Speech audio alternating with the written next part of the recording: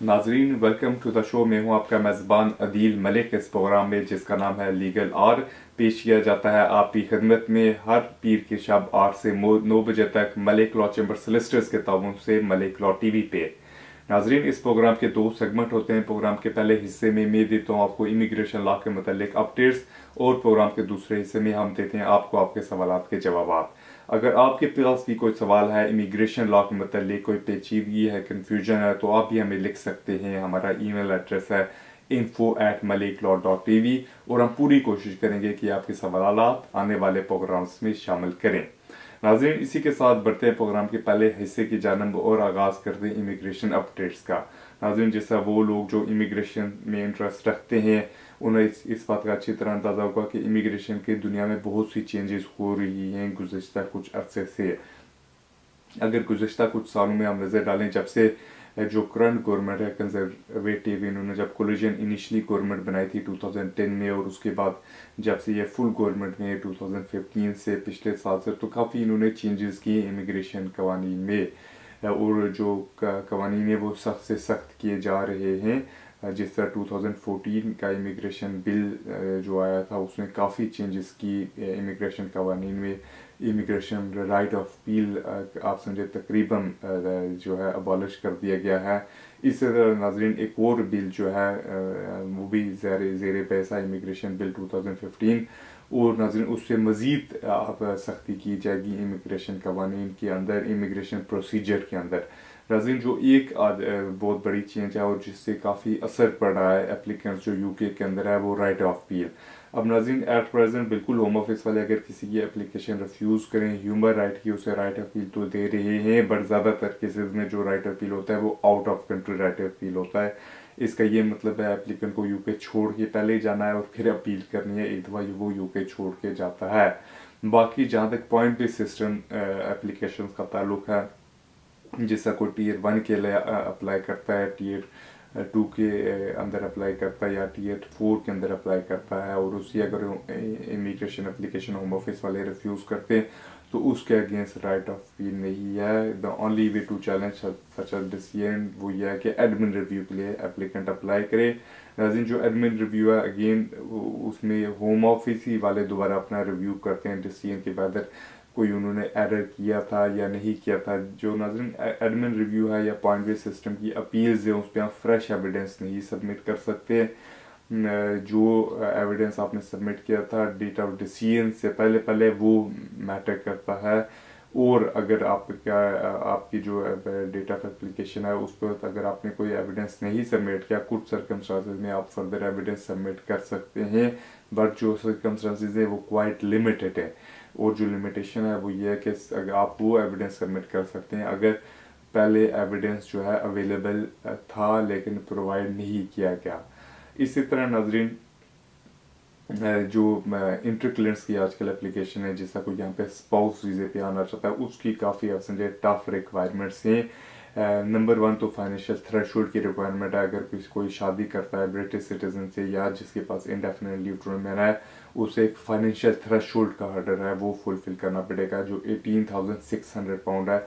अगर applicant on his on apply करता है, अगर सिर्फ एक एप्लीकेंट ने आना, अगर कोई बच्चा भी इन्वॉल्व है जो ऑलरेडी ब्रिटिश नहीं है और वो भी अप्लाई कर रहा है, तो जो फाइनेंशियल थ्रेशोल्ड है वो बढ़ के 22,400 हो जाता है। इसी तरह नाज़रीन हर एडिशनल डिपेंडेंट के ऊपर जो रिक्वायरमेंट है वो बढ़ती है। अब नाज़रीन अगर कोई नंबर 1 इतने अमाउंट कोई अगर कमा रहा है पर ईयर, जो दूसरा मेन प्रॉब्लम होता है वो एविडेंस का। नाज़रीन जब से अपेंडिक्स FM का इन्फोर्स हुआ है तब से अपेंडिक्स FM SE जो है स्पेसिफाइड एविडेंस, उस पर काफ़ी ज़ोर है कि अगर आप स्पेसिफाइड एविडेंस नहीं प्रोवाइड करते तो आपकी एप्लीकेशन रिफ्यूज़ कर दी जाएगी। और नाज़रीन अपील में काफ़ी लिमिटेड स्कोप होता है अगर आपके पास स्पेसिफिक एविडेंस नहीं है। आर्टिकल 8 पे आप रिलाई कर सकते हैं, but technically speaking out of country अगर कोई एप्लीकेशन हो उसमें आर्टिकल क्लेम जो है वो एस्टेब्लिश करना मुश्किल होता है। फैमिली लाइफ तो आपकी है, लेकिन जो मेन प्रॉब्लम होता है वो ये होता है कि वेदर ये प्रोपोर्शन है कि आपको वीज़ा दिया जाए इमिग्रेशन कवानीन अगर आप पूरे नहीं करते। नाज़रीन, जहाँ तक डॉक्यूमेंट्स का ताल्लुक है, काफ़ी तरीके हैं जिससे एप्लीकेंट शो कर सकता है कि उसकी जो इनकम है वो फाइनेंशियल थ्रेशोल्ड के जो है उसे क्रॉस कर रही है। जो सबसे कॉमन वे है कि अगर कोई एम्प्लॉयमेंट में है और उसकी इनकम जो 18,600 से ऊपर है, या बच्चों के केसेस में रेलिवेंट इनकम है, तो वो बिल्कुल अप्लाई कर सकता है। जो एविडेंस है उसे एटलीस्ट 6 मंथ की पे स्लिप्स चाहिए होंगी, प्लस उसे 6 मंथ की बैंक अकाउंट स्टेटमेंट्स चाहिए होंगी, प्लस एप्लीकेंट को जो है इसके अलावा लेटर चाहिए होगा एम्प्लॉयर की तरफ से जिसमें 4 चीज़ें कंफर्म की जाए। नंबर 1 कि एम्प्लॉय है कब से काम कर रहा है, उसकी वेजेस कितनी है पर, और ये जो रेट है जिससे उसे पे हो रहा है कितने अरसे से उसे मिल रही है, और उसकी एनुअल इनकम सैलरी ग्रॉस कितनी है। नाज़रीन, अगेन ये जो थ्रेशोल्ड है ये ग्रॉस चाहिए होता है, ये नेट फिगर नहीं होती। इसी तरह नाज़रीन, अगर कोई सेल्फ एम्प्लॉय है या कंपनी का डायरेक्टर है, वो भी रिलाई कर सकता है। प्रॉब्लम सेल्फ एम्प्लॉयमेंट या कंपनी डायरेक्टर के साथ ये है कि नंबर 1 एविडेंस आपको बहुत ज़्यादा प्रोवाइड करना पड़ता है। नंबर दूसरा एविडेंस आपको एटलीस्ट पिछले फुल फाइनेंशियल ईयर का चाहिए होता है। तो अगर तो फर्स्ट में अगर आप कंपनी डायरेक्टर हैं तो आप 2 कैटेगरीज हैं जिन पे रिलाई कर सकते हैं, कैटेगरी F और कैटेगरी G। अगर तो आप कैटेगरी G में अप्लाई करते हैं तो वो सिंपल आप अगर ऐसा एविडेंस भेजते हैं जिससे शो हो कि लास्ट 2 इयर्स जो है फाइनेंशियल ईयर कंपनी की, उसमें आपकी एवरेज इनकम जो है वो अबव फाइनेंशियल थ्रेशोल्ड है, तो आपको वीज़ा मिल जाएगा। जहाँ तक नाज़रीन कैटेगरी F का ताल्लुक है, उसमें आपको लास्ट फुल फाइनेंशियल ईयर के डॉक्यूमेंटेशन भेजने पड़ते हैं नाज़रीन, जिसमें काफ़ी ज़्यादा डॉक्यूमेंटेशन है। आपके डिविडेंड चाहिए होते हैं, अकाउंट्स चाहिए होते हैं, अगर आपके पास ऑडिटेड अकाउंट्स हैं ऑडिटेड भेजें, अदरवाइज़ अगर आपकी कंपनी ऑडिटेड अकाउंट्स रिक्वायर नहीं है तो अनऑडिटेड अकाउंट्स भेजने होते हैं। इसी तरह नाज़रीन अनऑडिटेड अकाउंट्स के साथ साथ आपको भेजने पड़ते हैं आपकी लास्ट ईयर की टैक्स रिटर्न, और जो उस टैक्स रिटर्न जो है उसका जो पीरियड है उसके साथ ही आपको बैंक स्टेटमेंट्स भेजनी पड़ती हैं, बिजनेस अकाउंट की, पर्सनल बैंक अकाउंट की भेजनी पड़ती है। इसके अलावा आपको बिजनेस लीज भेजनी पड़ती है कि आपका जो बिजनेस प्रीमिसेस है कहाँ पे है, कहाँ से आप बिजनेस जो है कंडक्ट कर रहे हैं। इसके अलावा नाज़रीन अगर आप सेल्फ एम्प्लॉयमेंट में हैं तो अगेन आपको लास्ट फुल फाइनेंशियल ईयर के डॉक्यूमेंटेशन चाहिए होते हैं, और जो फाइनेंशियल ईयर हो वो आपका मैच करे यूके फाइनेंशियल ईयर से जो 6 अप्रैल टू 5 अप्रैल होता है। नाज़रीन, जिस तरह अगेन मैंने कहा ये तो सिर्फ फाइनेंशियल थ्रेशोल्ड की बात अभी हम कर रहे थे, इसके अलावा भी रिक्वायरमेंट्स होती हैं जो आपको फुलफिल करनी पड़ती हैं। अगर आप स्पाउस वीज़े के लिए अप्लाई करते हैं जिनमें शामिल है कि आप शो करें कि आपकी शादी हुई है, मैरिज सर्टिफिकेट है आपके पास, उसके अलावा आपको डॉक्यूमेंटेशन शो करना पड़ता है कि आपकी जो पार्टनर है जो नॉन यूके नेशनल है उन्होंने जो है इंग्लिश लैंग्वेज टेस्ट पास किया। अगर उनके पास कोई और क्वालिफिकेशन है जो डीम्ड इक्विवेलेंट समझी जाती है यूके बैचलर लेवल के, तो वो उन्हें फिर इंग्लिश लैंग्वेज टेस्ट पास करने की ज़रूरत नहीं है, उन्हें सर्टिफिकेट भेजना होगा। कुछ सर्कमस्टांसेस में उन्हें यूके नेरिक से एक सर्टिफिकेट लेना होगा।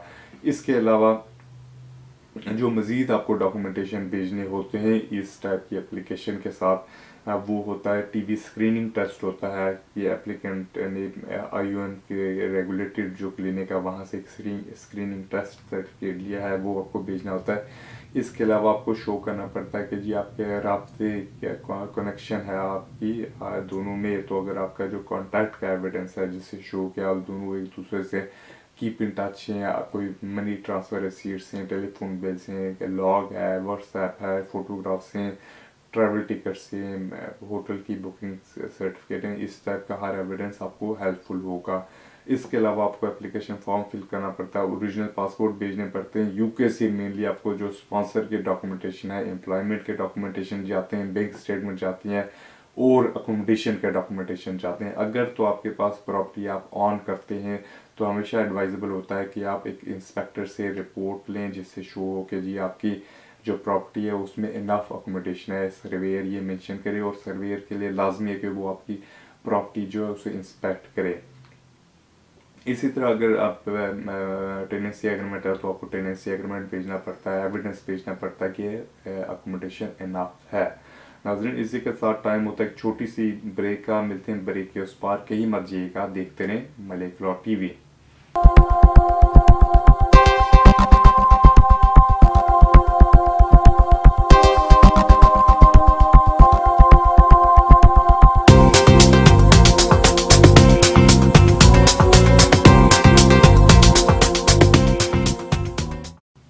Welcome back to the show. वहीं से इमिग्रेशन अपडेट्स का सिलसिला शुरू करते हैं जहाँ पे हमने छोड़ा था ब्रेक से पहले, और बढ़ते हैं अपनी नेक्स्ट अपडेट की जानब।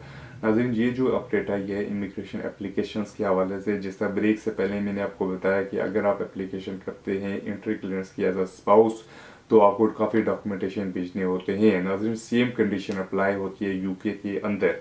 अगर आप एप्लीकेशन करते हैं तो आपको डॉक्यूमेंटेशन भेजने होते हैं, और जो होम ऑफिस की अब पॉलिसी है वो ये है कि आप अपना आईडी मस्ट भेजिए, अपना प्रूफ ऑफ आइडेंटिटी भेजें, प्रूफ ऑफ नेशनलिटी भेजें, पासपोर्ट भेजें। और अगर आप उन्हें पासपोर्ट ओरिजिनल नहीं भेजते तो आपकी एप्लीकेशन रिटर्न कर सकते हैं, इनवैलिड कर सकते हैं, रिफ्यूज़ कर सकते हैं। अनलेस नाजरीन अगर आपके पास कोई गुड रीज़न हो वो आप मेंशन करें तो वो फिर आपकी एप्लीकेशन जो है रिफ्यूज़ नहीं करेंगे, बट सर्कमस्टांसेस कंसीडर करेंगे। अब नाज़रीन, प्रॉब्लम ये है एट प्रेजेंट कि अगर आपके पास लीगल स्टेटस यूके में नहीं है तो आप पासपोर्ट इतनी इजीली आपको अवेलेबल नहीं है। माइट भी जो आपकी कंट्री ऑफ ओरिजिन की हाई कमीशन है या फिर यहाँ पे जो एम्बेसी है वो माइट भी प्रॉब्लम करें कि जी आपके पास कोई इमिग्रेशन स्टेटस नहीं है, लिहाजा हम आपको पासपोर्ट इशू नहीं कर रहे।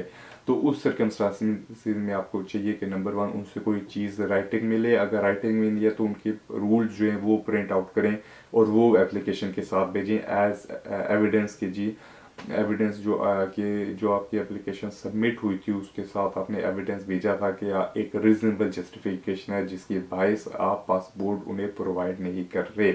इसी तरह नाजरीन, एक और जो मेन डॉक्यूमेंट होता है वो होता है फ़ी का। अगर आप फ़ी नहीं भेजते एप्लीकेशन के साथ जो रेलिवेंट फ़ी है तो होम ऑफिस वाले आपकी एप्लीकेशन रिफ्यूज़ कर सकते हैं। फ़ी के साथ साथ नाजरीन अब आपको NHS चार्ज भी पे करना पड़ता है तकरीबन तमाम कैटेगरीज के अंदर अगर आप एक्सटेंशन ऑफ टाइम के लिए अप्लाई करते हैं। अगर आप एप्लीकेशन करें इंडेफिनिट लीव टू रिमेन के लिए, यहाँ पे परमानेंट सेटलमेंट के लिए अप्लाई करते हैं या फिर ब्रिटिश सिटीजनशिप के लिए अप्लाई करते हैं, फिर आपको NHS चार्ज नहीं पे करना पड़ता। नाज़रीन, ये जो NHS चार्ज है, अगेन ये जो गवर्नमेंट एक्ट इन्होंने इंट्रोड्यूस किया था जब इमिग्रेशन एक्ट 2014 जो है इन्फोर्स किया गया था, आया था 2015 में। और नाज़रीन, ये जो NHS चार्ज है ये डिपेंड करता है पर ईयर के हिसाब से कितने अरसे का वीज़ा मांग रहे हैं और उस हिसाब से आपको NHS चार्ज पे करना पड़ता है। फर्स्ट करें अगर आप 2.5 ईयर की लीव अप्लाई करें तो NHS चार्ज आपको £500 पे करना पड़ता है, और ये आपको एप्लीकेशन सबमिट करने से पहले पे करना पड़ता है। ऑनलाइन आप पे कर सकते हैं, वहाँ से आपको नंबर 1 मिलेगा NHS चार्ज का, वो आप एप्लीकेशन फॉर्म में यूज़ कर सकते हैं। इसी तरह नाज़रीन, NHS चार्ज के अलावा अगर आप फर्स्ट करें Tier 4 की एप्लीकेशन करें तो आपको जो है कैश लेटर सबमिट करना पड़ता है, कैश नंबर देना पड़ता है। उसके अलावा आपको डॉक्यूमेंटेशन सबमिट करने पड़ते हैं जिससे शो हो कि जो आपको इंस्टीट्यूशन है, यूनिवर्सिटी है, कॉलेज है जिसने एडमिशन दिया है वो जिन डॉक्यूमेंटेशन की बेसिस पे दिया है, आपके पास्ट सर्टिफिकेट्स की बेसिस पे दिया है, इंग्लिश लैंग्वेज टेस्ट के सर्टिफिकेट पे दिया है, वो आपको सारा सबमिट करना पड़ता है। इसके अलावा नाज़रीन Tier 4 में मेंटेनेंस भी है और आपकी इंग्लिश लैंग्वेज भी है। आपको इंग्लिश लैंग्वेज का प्रूफ देना होता है कि आपकी जो इंग्लिश लैंग्वेज रिक्वायरमेंट है वो आप फुलफिल करें। इसके अलावा आपको जो है बैंक स्टेटमेंट शो करनी पड़ती है कि जी आप अपने आप को और अपने डिपेंडेंट्स को अगर कोई है उन्हें मेंटेन एंड अकोमोडेट यूके में कर सकते हैं without relying on public funds.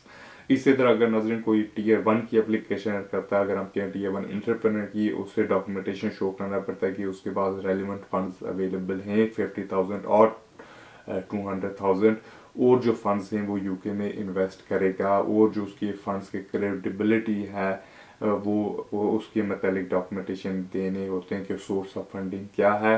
इसके अलावा आपको बिजनेस प्लान कुछ सर्कमस्टांसेस में सबमिट करना पड़ता है कि आप कौन सा बिजनेस रन करेंगे, और अगर बिजनेस के साथ साथ आपको इंग्लिश लैंग्वेज रिक्वायरमेंट फुलफिल करनी पड़ती है, और इंग्लिश लैंग्वेज रिक्वायरमेंट के साथ आपको मेंटेनेंस की रिक्वायरमेंट फुलफिल करनी पड़ती है जिससे शो कि आपके पास इनफ फंड्स हैं जिससे आप अपने आप को मेंटेन और अकोमोडेट कर सकते हैं without relying on public funds. नाज़रीन, इसी तरह फर्स्ट ने अगर कोई एप्लीकेशन यहाँ पे ह्यूमन राइट की बेसिस पे करता है, बच्चों की बेसिस पे करता है तो अगेन डॉक्यूमेंटेशन थोड़े से डिफरेंट है, but fee, passport size photographs और ट्रैवल डॉक्यूमेंटेशन की कंडीशन वही है। एप्लीकेंट को मेनली जो डॉक्यूमेंटेशन सबमिट करने पड़ते हैं वो डिपेंड करता है फैक्ट्स ऑफ द केस, किस टाइप का केस है, और अगेन अगर कोई बच्चे इन्वॉल्व हैं तो अमूमन होम ऑफिस वाले एक्सपेक्ट करते हैं कि आप उन्हें बर्थ सर्टिफिकेट भेजें, एविडेंस ऑफ रिलेशनशिप भेजें, एविडेंस के बच्चे जो यहाँ पे स्कूल में हैं, स्कूल से लेटर हो गए। इसी तरह जीपी का अगर कोई लेटर है जिससे शो कि जी आप एक इम्पॉर्टेंट रोल प्ले करें बच्चों की ज़िंदगी में, प्लस अगर आपके पास कोई फोटोग्राफ है प्राइवेट में फैमिली लाइफ एस्टेब्लिश करने के लिए, वो भी हेल्पफुल होते हैं। नाज़रीन, इसी के साथ टाइम होता है इस सेगमेंट का ख़त्म। ब्रेक के उस पार मिस्टर अली मिलेंगे आपको आपके सवालात के साथ। कहीं मत जाइएगा, आप देखते रहें मलिक लॉ टीवी।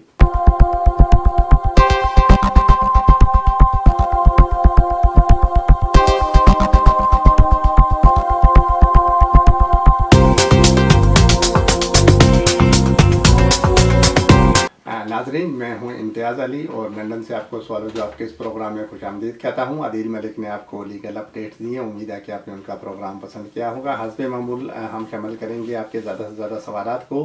और सबसे पहले हम बात करते हैं सुखराज के साथ, जो कि वर्क परमिट लेके यूके में आए थे। तो सुखराज कहते हैं कि वो वर्क परमिट लेके आए थे और उनके पास 3 साल का वीज़ा है और वो अपने एम्प्लॉयर के साथ काम कर रहे हैं और उनके एम्प्लॉयर उनके साथ बहुत खुश हैं। सुखराज जी कहते हैं कि वो पार्ट टाइम बिज़नेस करना चाहते हैं, उसी एम्प्लॉयर के साथ वो किसी तरह का बिज़नेस करना चाहते हैं। और सवाल उनका ये है कि क्या वो बिज़नेस कर सकते हैं और बिज़नेस करने के लिए उनको किसी तरह की परमिशन की ज़रूरत है, और अगर परमिशन की ज़रूरत है तो वो उनको परमिशन कैसे मिल सकती है, और बिज़नेस करने से उनके जो करंट वर्क परमिट है उस पर कोई असर तो नहीं पड़ेगा, या बिज़नेस करने के लिए उनको कोई वो पूछना ये चाहते हैं कि कोई सर्टन अमाउंट दिखानी होगी। तो इस तरह के सुखराज के सवालात हैं कि वो आए वर्क परमिट पे थे और वो पार्ट टाइम बिज़नेस करना चाहते हैं, लेकिन वो अपने एम्प्लॉयर के साथ अपनी एम्प्लॉयमेंट भी कंटिन्यू रखना चाहते हैं जैसे कि वर्क परमिट की रिक्वायरमेंट है। तो सुखराज साहब, अनफॉर्चुनेटली ऐसा पॉसिबल नहीं होगा, आपको किसी भी सूरत में बिजनेस एक्टिविटी अलाउ नहीं है। आप सिर्फ एथोराइज्ड एम्प्लॉयर के पास काम कर सकते हैं। एथोराइज्ड एम्प्लॉयर वही एम्प्लॉयर है जिसने आपको स्पॉन्सर किया है और आप उनके साथ सिर्फ उन्हीं एम्प्लॉयर के साथ काम कर सकते हैं, और आप सिर्फ उसी कैटेगरी में काम कर सकते हैं जिस कैटेगरी में आपको वर्क परमिट ग्रांट हुआ है या जिस कैटेगरी में काम करने के लिए आपको वीज़ा मिला है। और अगर आप किसी दूसरी कैटेगरी में काम करेंगे बेशक उसी एम्प्लॉयर के पास, तो उसका यकीनी तौर पे आपके वीज़े पे असर पड़ सकता है। लेकिन बिज़नेस एक्टिविटी आपको किसी भी सूरत में अलाउ नहीं है, खा वो आप पार्ट टाइम बिज़नेस करें या पार्ट टाइम से हट के कुछ बिज़नेस करें, उसी एम्प्लॉयर के साथ बिज़नेस करें या आप किसी दूसरी तरह का बिज़नेस करना चाहें, तो बिज़नेस एक्टिविटी आपको बिल्कुल अलाउ नहीं है। और इसमें होम ऑफिस से परमिशन लेने का या परमिशन मिलने का तो बिल्कुल कोई सवाल है ही नहीं है, क्योंकि जो भी साहब या साहिबा यहाँ वर्क परमिट पे आते हैं और जो जिसको टियर 2 वर्क परमिट कहते हैं, उस पे वो सिर्फ अपने एम्प्लॉयर के साथ वो एम्प्लॉयमेंट कर सकते हैं जिसके लिए उनको वीज़ा दिया गया है। उनको किसी भी तरह का बिज़नेस अलाउ नहीं होता है। बल्कि हमने इसमें बहुत से मेरे मुशाहिदे में ऐसी चीज़ें आई हैं कि जिसमें कुछ लोगों ने शेयर्स का कारोबार किया है और होम ऑफिस के नोटिस में जब ये चीज़ आई तो उसका असर उनके वीज़े पे भी पड़ा है और उनके एक्सटेंशन की एप्लीकेशन रिफ्यूज़ हुई है। रिसेंटली ऐसा भी मैंने केस देखा है।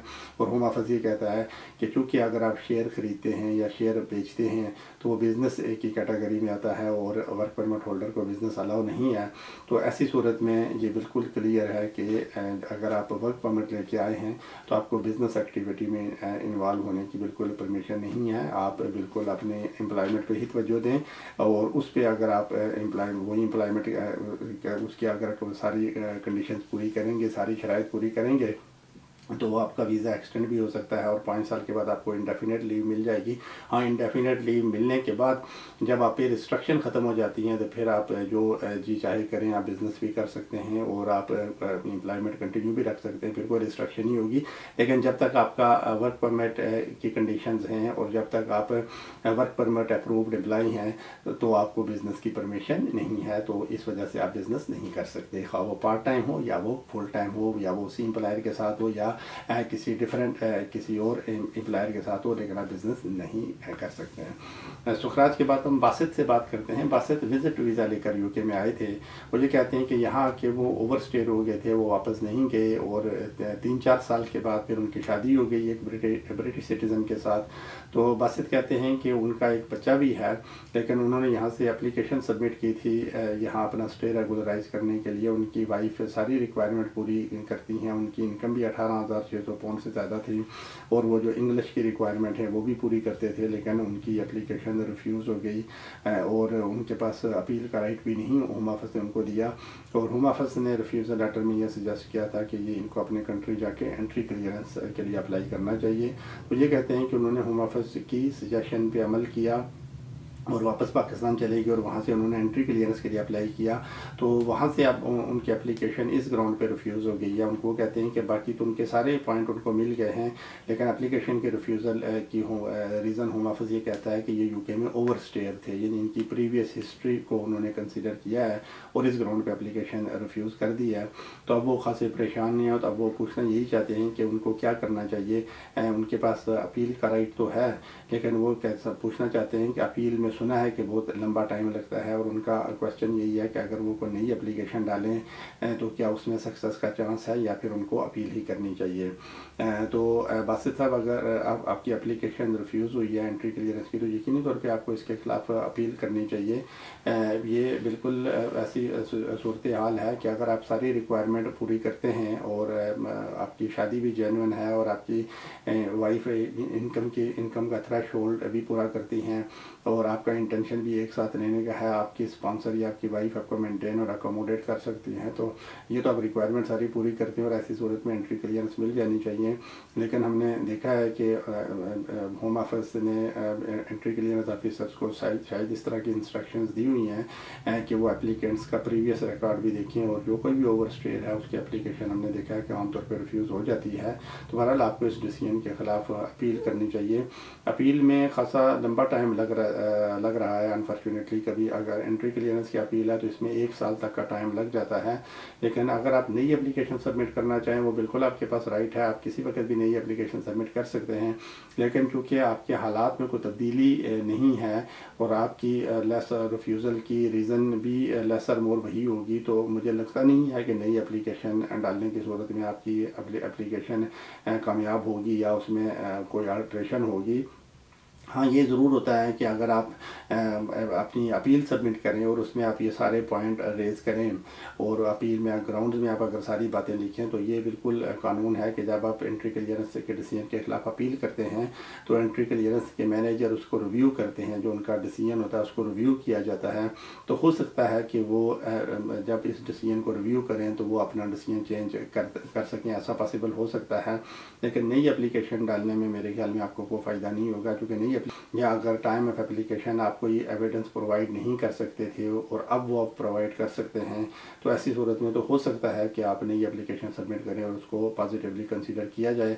लेकिन अगर आपके सर्कमस्टांसिस में कोई चेंजिंग नहीं है और अगर होम ऑफिस ने एंट्री क्लियरेंस ऑफिसर ने आपकी एप्लीकेशन इस ग्राउंड पर रिफ्यूज़ किया है कि आप यहाँ ओवर स्टेयर थे, तो नई एप्लीकेशन डालने से वो जो आपका ओवर स्टेयर होने का पीरियड था वो तो बिल्कुल कवर नहीं होगा या वो लीगल नहीं हो सकेगा। तो वो तो ओवर स्टेयर तो आप यकीनी तौर पर थे, तो क्वाइट पॉसिबल है कि आपकी एप्लीकेशन फिर उसी ग्राउंड पर रिफ्यूज़ हो जाए।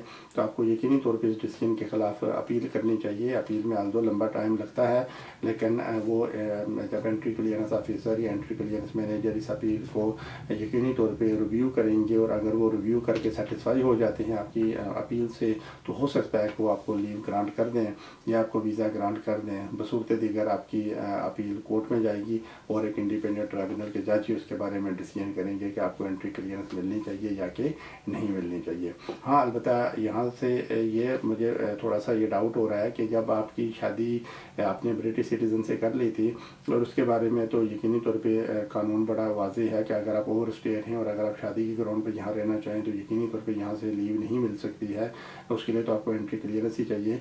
लेकिन अगर आपके पास आपका बच्चा है जो कि ब्रिटिश सिटीज़न है और अगर आप बच्चे के साथ रहते थे तो फिर आप पेरेंट्स रूट पे भी अप्लाई कर सकते थे। मुझे पता नहीं है कि आपने उस बारे में एडवाइस ली है या नहीं ली और आपने होम ऑफिस की ही सजेशन पे अमल किया और वापस जाके एंट्री क्लियरेंस के लिए अप्लाई किया। तो ये मैं यकीनी तौर पे आपको भी सब नाज़रीन को बताऊंगा कि अगर आपकी एप्लीकेशन रिफ्यूज़ होती है किसी भी वजह से और होम ऑफिस आपको सजेस्ट करता है कि आप जाएँ और एंट्री क्लियरेंस के लिए अप्लाई करें, तो यकीनी तौर पर होम ऑफिस की सजेशन अपनी जगह, लेकिन आपको उसके बारे में इंडिपेंडेंट एडवाइस ज़रूर ले लेनी चाहिए, क्योंकि कुछ केसेस में ऐसे चांसेस होते हैं कि आपको शायद वापस जाने की ज़रूरत ना पड़े और आपको नई एप्लीकेशन सबमिट करें और वो एप्लीकेशन सक्सेसफुल हो जाए, ऐसा पॉसिबल हो सकता है।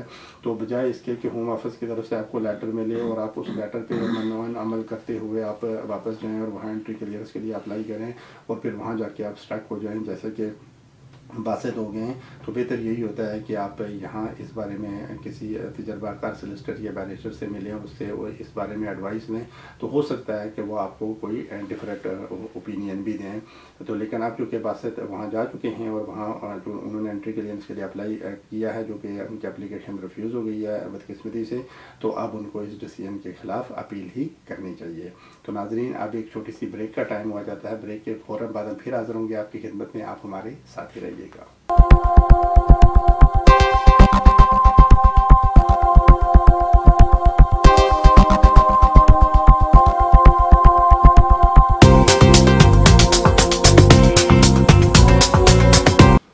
वेलकम बैक टू शो नाजरीन। इसके बाद हम बात करते हैं मिस्टर नागी के साथ, जो कि वर्क परमिट पे हैं, जिसको आईसीटी वर्क परमिट कहते हैं, यानी इंट्रा कंपनी ट्रांसफ़र।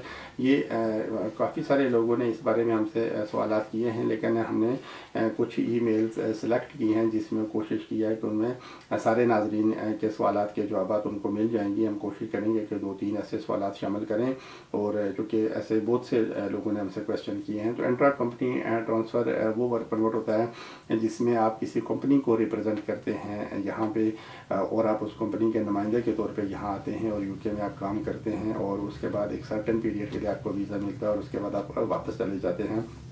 तो नागी कहते हैं कि वो इंडिया से उनका ताल्लुक़ है, तो उनकी जो कंपनी है, जो उनके एम्प्लॉयर हैं, वो मेन उनकी कंपनी का हेड ऑफिस इंडिया में है, लेकिन उनका ऑफिस यहाँ यूके में भी है, और उनको यहाँ ट्रांसफ़र किया गया है और वो यहाँ काम करते हैं। उनके पास स्पॉन्सरशिप लाइसेंस था, जिस वजह से उन्होंने उनको स्पॉन्सर किया और वो यूके में हैं। तो ये कहते हैं कि उनके पास 5 साल का वीज़ा है। तो पूछना यही चाहते हैं कि क्या ऐसी कोई सूरत है कि 5 साल कंप्लीट करने के बाद उनको यहाँ इंडेफिनेट लीव मिल जाए, क्योंकि वो अपनी फैमिली के साथ यहाँ हैं और उनके बच्चे अब स्कूलों में जा रहे हैं, और उनके लिए ये पॉसिबल नहीं होगा कि वो 5 साल पूरे करने के बाद फिर यहाँ से वापस जाएं और फिर वापस इंडिया में जाके नई सिरे से ज़िंदगी का आगाज़ करें। तो क्वेश्चन नागी का यही है कि क्या कि कोई ऐसी सूरत है कि उनको 5 साल कंप्लीट होने के बाद इंडेफिनेट लीव मिले, और दूसरी सूरत वो ये पूछना चाहते हैं कि अगर ऐसी एप्लीकेशन सबमिट करते हैं तो क्या उसमें उनके पास रिफ्यूज़ल की सूरत में उनके पास अपील का राइट होगा, ताकि वो कोर्ट में जाके तो जज को सेटिस्फाई करने की कोशिश करें। तो नागी साहब, अनफॉर्चुनेटली ऐसा पॉसिबल नहीं होगा। अगर आपके पास आईसीटी का वर्क परमिट है, यानी inter company transfer work permit है, तो आप इंडेफिनेट लीव के लिए क्वालिफाई नहीं करते। बेशक आपके पास 5 साल का वर्क परमिट है, लेकिन इसमें कानून यही कहता है कि अगर ये वर्क परमिट आपको के पास आपको रिसेंटली इशू हुआ है, तो फिर आपको 5 साल पूरे करके हर हाल में वापस जाना पड़ेगा। आप इंडेफिनेट लीव के लिए अप्लाई नहीं कर सकते और नहीं आप क्वालिफाई करते हैं, ये क्योंकि इस वर्क परमिट की रिक्वायरमेंट है, और इसमें अपील का बिल्कुल कोई सवाल नहीं है। अगर आप एप्लीकेशन सबमिट करते भी हैं, जो कि आपकी एप्लीकेशन कानूनी तौर पे बनती ही नहीं है, तो इस वजह से इसमें अपील का बिल्कुल राइट ऑफ अपील नहीं है। और जितनी भी बल्कि पॉइंट बेस्ड एप्लीकेशन होती हैं, उनमें आपको पता ही है कि इसमें राइट ऑफ अपील नहीं है। तो अगर आप ऐसी एप्लीकेशन सबमिट करते हैं तो इसमें कामयाबी का चांस बिल्कुल ना होने के बराबर है। आपको इंडेफिनेट लीव मिलने का कोई चांस नहीं है। इसके बाद हम बात करते हैं गुरबख्श के साथ। गुरबख्श भी intra company transfer work permit है, यूके में आए हुए हैं। वो ये कहते हैं कि वो उनको इस बात का पता है कि वो इंडेफिनेट लीव के लिए क्वालिफाई नहीं करते हैं, लेकिन उनके एम्प्लॉयर बिल्कुल विलिंग हैं कि वो उनको टियर 2 जर्नल के लिए स्पॉन्सर करें। तो गुरबख्श के 2 सवाल हैं। पहला तो वो ये पूछना चाहते हैं कि क्या वो यहाँ से अपना स्टेटस स्विच कर सकते हैं, अगर उनके एम्प्लॉयर उनको यहाँ से जर्नल वर्क परमिट के लिए स्पॉन्सर करें, तो क्या उनको यहाँ से जर्नल वर्क परमिट मिल जाएगा। और दूसरा उनका सवाल ये है कि अगर यहाँ से नहीं मिलता तो क्या वो वापस इंडिया जाके तो एंट्री क्लियरेंस लेकर आ सकते हैं। तो अगर वो एंट्री क्लियरेंस लेकर आएंगे तो उनका जो इंट्रा कंपनी ट्रांसफ़र के आईसीटी का जो वर्क परमिट है, जो उस ग्राउंड पे उन्होंने टाइम यहाँ गुजारा है, तो क्या ये टाइम उनका उस 5 साल में कवर होगा, जो 5 साल इंडेफिनेट लीव की तरफ जाता है। तो गुरबख्श इसमें दो तीन आपने बातें पूछी हैं। तो पहला तो ये है कि आप यहाँ से अपना स्टेटस चेंज नहीं कर सकते हैं। अगर आप अपने एम्प्लॉयर के पास काम कर रहे हैं और वही एम्प्लॉयर आपको टियर 2 जनरल के लिए स्पॉन्सर करना चाहते हैं तो वो आपको बिल्कुल नहीं कर सकते हैं, क्योंकि आप तो ऑलरेडी उनके पास काम कर रहे हैं। तो ऐसा करना पॉसिबल नहीं होगा, ना ही आप अपना स्टेटस यहाँ से स्विच कर सकते हैं। दूसरी बात यह है कि अगर आप वापस जाते हैं और आप एंट्री क्लियरेंस लेकर आते हैं तो ये आपको ध्यान में रखना चाहिए कि अगर आप इंट्रा कंपनी ट्रांसफ़र की स्कीम के तहत यूके में आए हैं वर्क परमिट पे और आप दोबारा किसी वर्क परमिट पे यहाँ आना चाहते हैं तो उसके लिए 1 साल तक का आपको कूलिंग ऑफ पीरियड है, यानी 1 साल तक आपको वेट करना होगा। 1 साल के अंदर आप कोई एप्लीकेशन सबमिट नहीं कर सकते हैं टियर 2 जनरल की, तो उसमें यकीनी तौर पे आपको 1 साल तक वेट करना होगा। और साल के बाद अगर आप एप्लीकेशन सबमिट करते हैं और आप वीज़ा लेकर आते हैं तो ऐसा पॉसिबल तो हो सकता है, लेकिन आप प्रीवियस टाइम पे रिलाई नहीं कर सकेंगे। उसके लिए यकीनी तौर पे आपको नए सिरे से 5 साल पूरे करने होंगे और 5 साल पूरे करने के बाद ही आप इंडेफिनिट लीव के लिए अप्लाई कर सकते हैं। इसके बाद हम बात करते हैं गुरुंग के साथ। गुरुंग कहते हैं कि वो स्टूडेंट वीज़ा लेकर यूके में आए थे, फिर वो यहाँ ओवर स्टेयर हो गए और उनको नेपाल से गुरुंग का तल्लुक़ है और वो कहते हैं कि उनको यहाँ 10 साल हो गए हैं तकरीबन यूके में रहते हुए। तो उनकी एप्लीकेशन रिफ्यूज़ हो गई थी, जिसके खिलाफ उन्होंने वो कहते हैं कि इस मैटर को उन्होंने जुडिशल रिव्यू के ज़रिए चैलेंज किया था और फिर कोर्ट की वजह से उनको अपील का राइट मिला।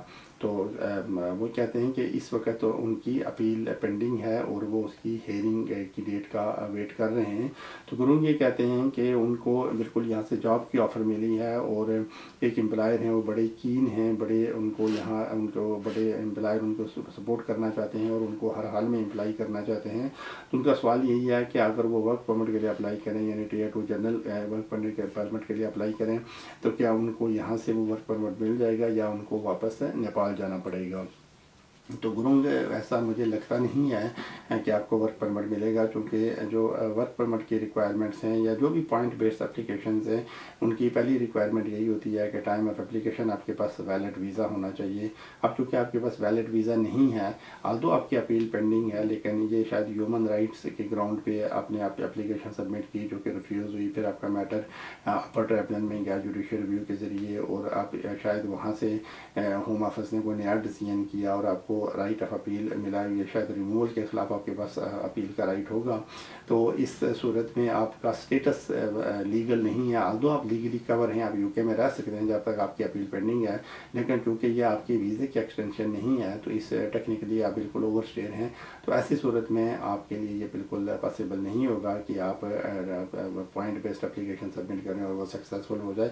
हाँ, ये हो सकता है कि अगर आप वापस से नेपाल जाते हैं और आपके एम्प्लॉयर आपको स्पॉन्सर करते हैं और आप वहाँ से एंट्री क्लियरेंस के लिए अप्लाई कर सकते हैं, वो एक अलग सूरत बनती है, लेकिन यहाँ से आप अपना स्टेटस चेंज नहीं कर सकते हैं। अनफॉर्चुनेटली ऐसा करना आपके लिए पॉसिबल नहीं होगा। गुरुंग के बाद हम बात करते हैं बलकार के साथ। बलकार कहते हैं कि उन्होंने साल तक उनकी एप्लीकेशन पेंडिंग रही, उन्होंने उस वक्त इंडेफिनिट लीव के लिए अप्लाई किया था, तो उनको समझ नहीं आया कि उनकी एप्लीकेशन में होम ऑफिस ने इतना लंबा टाइम क्यों लगाया।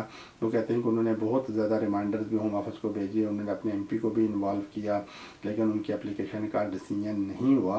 तो 10 साल के बाद अब होम ऑफिस ने उनको इंडेफिनिट लीव तो ग्रांट नहीं किया, लेकिन उन्होंने 2.5 साल की लीव दी है।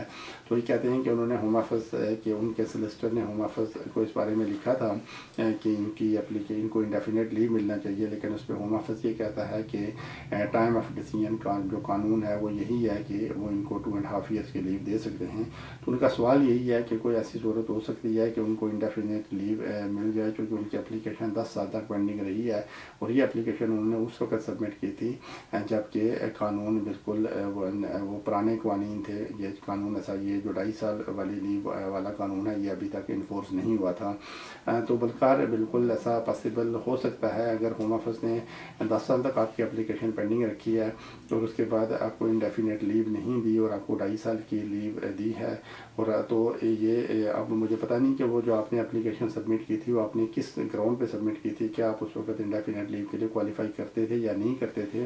तो इसमें यकीनी तौर पे आपको फर्दर एडवाइस चाहिए होगी, लेकिन ये बिल्कुल कानून इस बारे में मौजूद है कि आपकी जब एप्लीकेशन सबमिट हुई थी तो उस वक्त जो एप्लीकेबल कानून था आपकी एप्लीकेशन का डिसीजन उस कानून के हिसाब से होना चाहिए, ना कि उस कानून के हिसाब से जो कि टाइम ऑफ डिसीजन एप्लीकेबल है।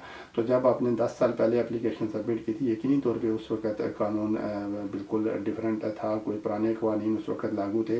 अब बाद में जब आपकी एप्लीकेशन का डिसीजन हुआ है तो कानून यकीनी तौर पे चेंज हो गए हैं। तो अगर आप ये कहते हैं कि होम ऑफिस ने आपकी एप्लीकेशन का डिसीजन किया और वो ये कहते हैं कि टाइम ऑफ डिसीजन जो कानून था उन्होंने उसके हिसाब से आपको लीव दी है, तो आप यकीनी तौर पे इस मैटर को कोर्ट में चैलेंज कर सकते हैं। ये बिल्कुल आपका जुडिशियल रिव्यू की एक बड़ी मेरे ख्याल में वैलिड ग्राउंड बनती है।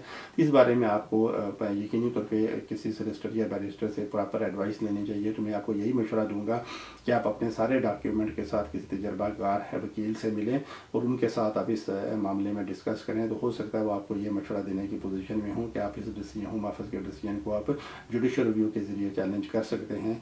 और अगर ऐसी पोजीशन हो तो हो सकता है कि होम ऑफिस आपको इंडेफिनिट लीव ग्रांट करने के लिए रेडी हो जाए। तो नाजरीन, अब हमारे प्रोग्राम का वक्त ख़त्म हुआ चाहता है। अगले हफ्ते हम फिर हाजिर होंगे आपकी खिदमत में। आप अपना और सब लोगों का बहुत बहुत ख्याल रखिएगा। Good bye.